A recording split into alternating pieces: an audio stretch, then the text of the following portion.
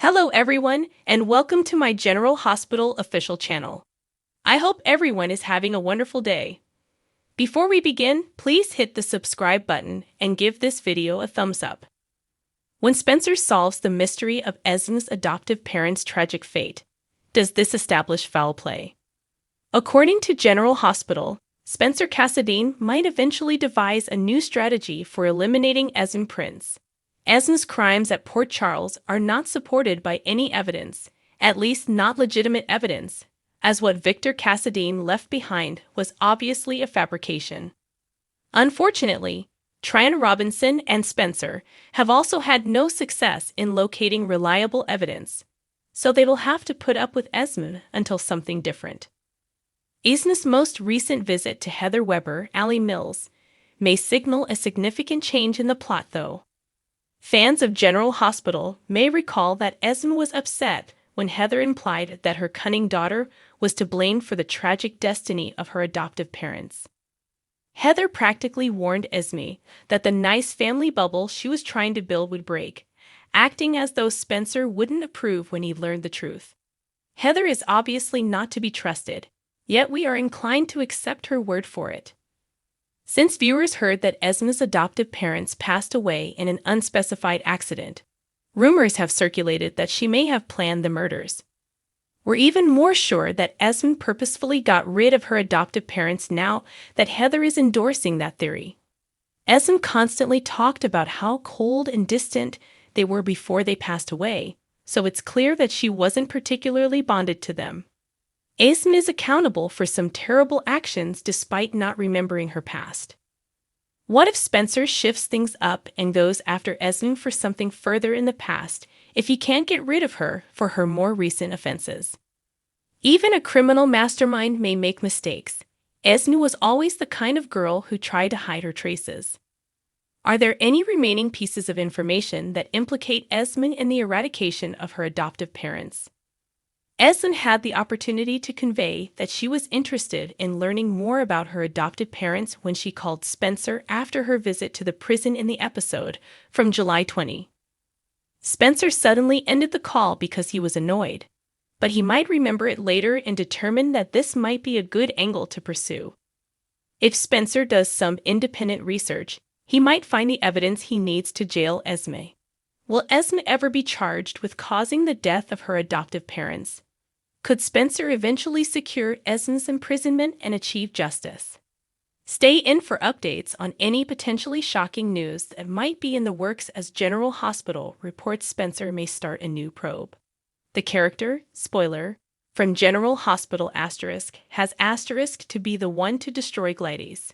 Additionally, a fresh murder mystery with a potential Ned revival character. The past week on General Hospital was a doozy. There is a lot to unpack, from stabbings to prison visits and saying goodbye to Pine Valley. Gladys has to be given some self-medication.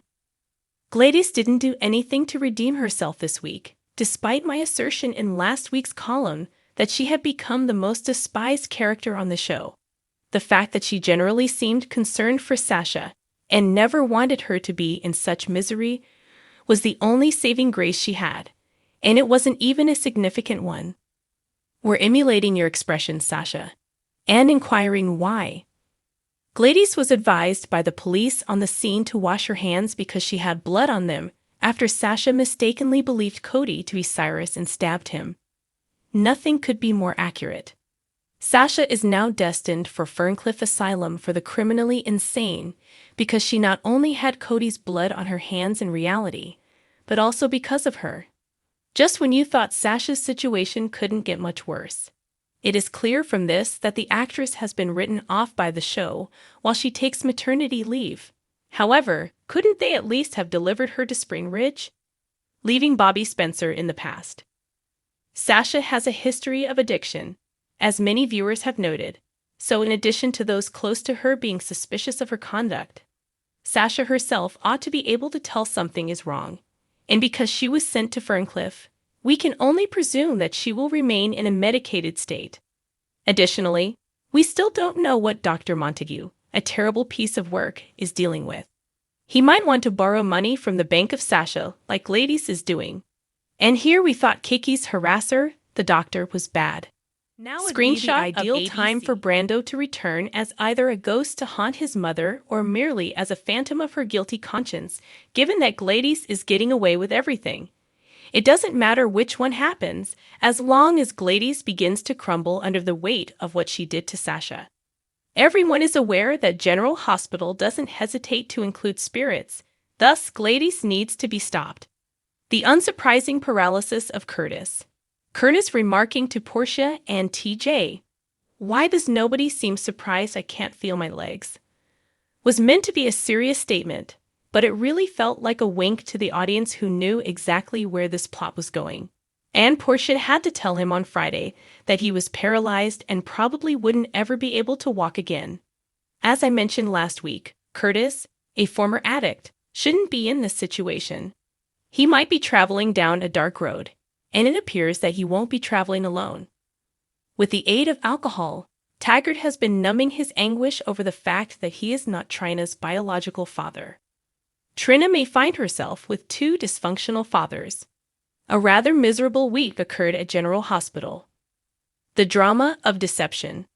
When Lucy and Felicia were investigating Jackson Montgomery, who appeared on the program for a relatively limited period of time, it was a lot of fun for them to be confused and arrested in Pine Valley. It is still my favorite narrative right now because it isn't depressing, even though we are still no closer to learning who Martin's third wife is and who truly invented the deceptor. We may soon learn who the third wife is, given that Jackson seems to have called her to alert her to the situation. Fans are still holding out hope that it will indeed be Erica Kane. Brooke Lynn standing up to Tracy once more and refusing to do her dirty work any longer made me happy. Tracy appears to have a backup plan, though, so she can get what she needs. Once more, congratulations to Brooke Lynn and Chase for their growth. Chase was willing to hear everything from Brooke Lynn, but he stated he trusted her and that he loved her for who she was. Now that would be great if we could simply keep them in this excellent spot. The double date with Sunny, Nina, Austin, and Ava was hilarious, especially when Nina said that Ava and Austin didn't seem to feel like a real relationship. This was yet another instance where it seemed like the writers were giving us all tiny nods with these jokes and phrases. That's a common criticism viewers frequently make of soap couples and their lack of chemistry. The disastrous double date, however, made Sunny realize that Austin and Ava are engaging in more than just physical contact. And as a result, he has Dex pursuing Austin. With Mason posing a threat to Austin, dare we think that this drawn-out, protracted plot is about to come to a close? And perhaps we'll finally discover who the woman in charge is? One of these suspects is the best bet. Who knows, maybe we'll learn what's going on with Nicholas. Esme, a murderer. Pentonville, a high-security facility, has certainly eased recently with visitors and allowing the inmates to roam free. What happened to the little glass-enclosed phone booths? Or the tiny, claustrophobic guest room? The new prison set, I must add, has lovely bright lighting. Esme visited Heather to attempt and acquire some information about her background. But instead she met Cyrus, who she later discovered was Laura's brother. As if you needed another eccentric relative in your family tree, relax, Esme. He's not a blood relative. But during Esme's encounter with Heather, Mommy Dearest revealed something that shocked Esme. It's possible that the fatal accident involving her adoptive parents wasn't an accident at all. What does Esme and we not know that Heather does? Perhaps the previous Esme was much darker than we had thought. Heather also had the option of feeding the adoptive parents. In any case, this raises a fresh mystery, and Drew, Cyrus, and Heather are now all incarcerated together.